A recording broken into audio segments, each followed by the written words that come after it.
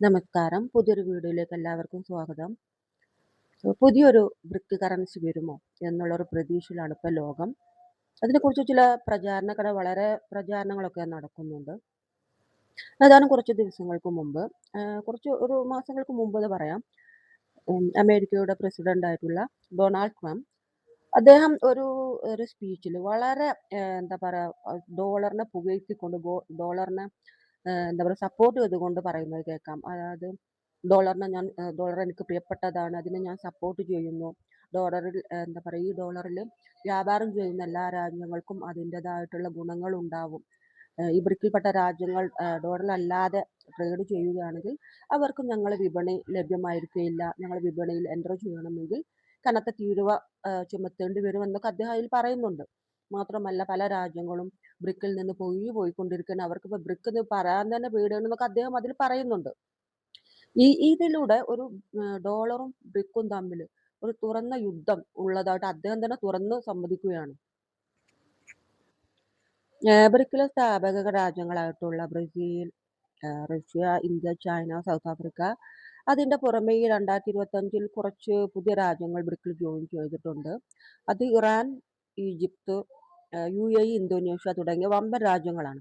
അപ്പോൾ ഇത്രയും രാജ്യങ്ങൾ കൂടുമ്പോൾ ഇത് ഏകദേശം ലോക ജനസംഖ്യയുടെ 46%, ലോകത്തിൻ്റെ GDPയുടെ ഒരു 41% വരുമെന്നാണ് പറയുന്നത്. ഇത് വളരെ ചെറിയൊരു കണക്കല്ല.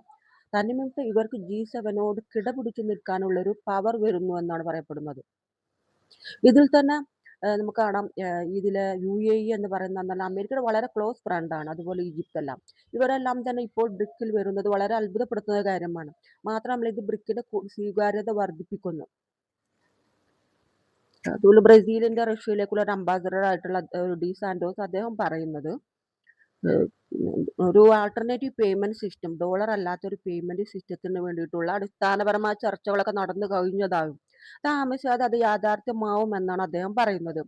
മാത്രമല്ല ഓൾറെഡി നേരത്തെ തന്നെ ഈ ബ്രസീലും അതുപോലെ തന്നെ റഷ്യയും, അല്ലെങ്കിൽ ബ്രസീലും റഷ്യയും തമ്മിലെല്ലാം ഓൾറെഡി അവരെ താന്താങ്ങളുടെ ലോക്കൽ കറൻസി ട്രേഡിംഗ് നടക്കുന്നു എന്നും, പിന്നെ മാത്രമല്ല വളരെ കൂടിയ അളവിൽ, അതായത് റഷ്യ, ഇന്ത്യക്ക് തമ്മിൽ വളരെ കൂടിയ അളവിൽ തങ്ങളുടെ ലോക്കൽ കറൻസി ഉപയോഗിച്ചിട്ട് ഇപ്പോൾ വ്യാപാരം നടക്കുന്നുണ്ടെന്ന് അദ്ദേഹം പറയുന്നുണ്ട്.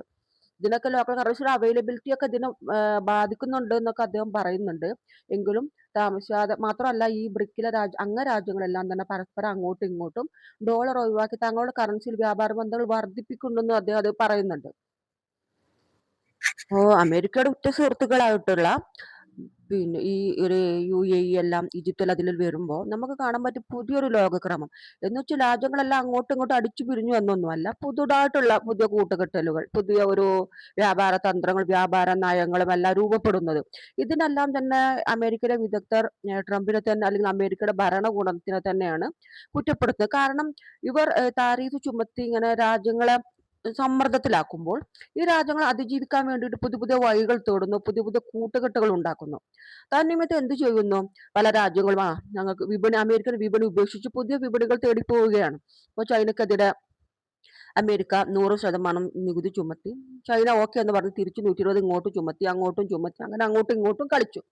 അവസാനം ചൈന ഇതുവരെ അപൂർവ ധാതുക്കളുടെ കയറ്റുമതി, അമേരിക്കയിലേക്കുള്ള കയറ്റുമതി അങ്ങ് നിർത്തിവെച്ചു. ഈ അപൂർവ ധാതുക്കൾ എന്ന് പറയുന്നത് വളരെ അത്യാവശ്യമുള്ള കാർ നിർമ്മാണത്തിലും മറ്റു വാഹനങ്ങളുടെ നിർമ്മാണത്തിലും, ഓട്ടോമൊബൈൽ, മിലിറ്ററി ഉപകരണങ്ങൾക്കാണ് വളരെ അത്യാവശ്യമായി, വിമാനങ്ങളുടെ പാർട്സ് എല്ലാം ഉണ്ടാക്കാൻ വളരെ അത്യാവശ്യമായിട്ടുള്ള ഒരു സാധനമാണ് ഈ റെയർ എർത്ത് മിനറൽസ് എന്ന് പറയുന്നത്. അപ്പൊ അത് കിട്ടാതെ അതുകൂടി അമേരിക്കയിലെ കാർ നിർമ്മാതാക്കളെല്ലാം തന്നെ വളരെ പ്രതിസന്ധിയിലായി. അങ്ങനെ എന്ത് ചെയ്തു? അമേരിക്കയ്ക്ക് ചൈനയുടെ മുമ്പിൽ മുട്ടുമടക്കേണ്ടി വന്നു. ഇങ്ങനെ ഈ ഒരു സിറ്റുവേഷനിൽ ഇങ്ങനത്തെ സാഹചര്യങ്ങൾക്കെല്ലാം തന്നെ അമേരിക്ക തന്നെയാണ് കാരണമെന്നും, അമേരിക്ക സ്വയം ഒറ്റപ്പെടുകയാണെന്നും, ഈ രാജ്യങ്ങളെല്ലാം തന്നെ എന്ത് ചെയ്യും? അതിജീവിക്കാൻ വേണ്ടി വേറെ വേറെ മാർക്കറ്റ്, പുതിയ പുതിയ മാർക്കുകൾ കണ്ട്, പുതിയ പുതിയ മാർഗങ്ങളും പുതിയ പുതിയ മാർക്കറ്റുകൾ തെരഞ്ഞു പോകുകയാണ്. അപ്പോൾ ഇത് ഇങ്ങനെ ചെയ്തു കഴിഞ്ഞാൽ അത് അമേരിക്കക്ക് തന്നെ ഒരു വലിയൊരു തിരിച്ചടിയാകുമെന്ന് വിദഗ്ധർ മുന്നറിയിപ്പ് നൽകുന്നുണ്ട്. അപ്പൊ ഇങ്ങനെ ഡോളർ ഒഴിവാക്കി വ്യാപാര ബന്ധങ്ങൾ വർദ്ധിക്കുന്നതിലൂടെ പുതിയ ഒരു ലോകക്രമം വരാനും, പുതിയ വ്യാപാര തന്ത്രങ്ങളൊക്കെ ഉരുത്തിരിഞ്ഞു വരാനൊക്കെ ഇടയാക്കും.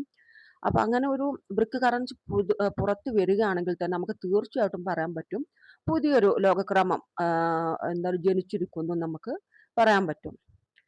അടുത്ത വീഡിയോയുമായി വീണ്ടും വരാം. എല്ലാവർക്കും നന്ദി.